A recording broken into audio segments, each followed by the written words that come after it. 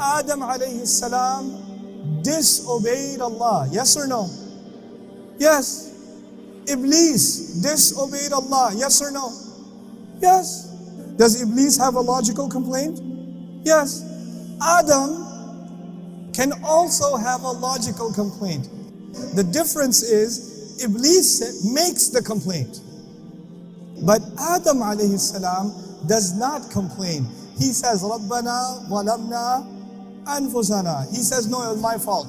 Even if it doesn't make sense to me, my logic is limited because I am a human being. Allah knows way more than I do. Allah has way more wisdom than I do. I know that I got greedy. I know my fault. You know what happens? When people want to blame Allah, they don't want to take responsibility. And Adam alayhi salam took personal responsibility.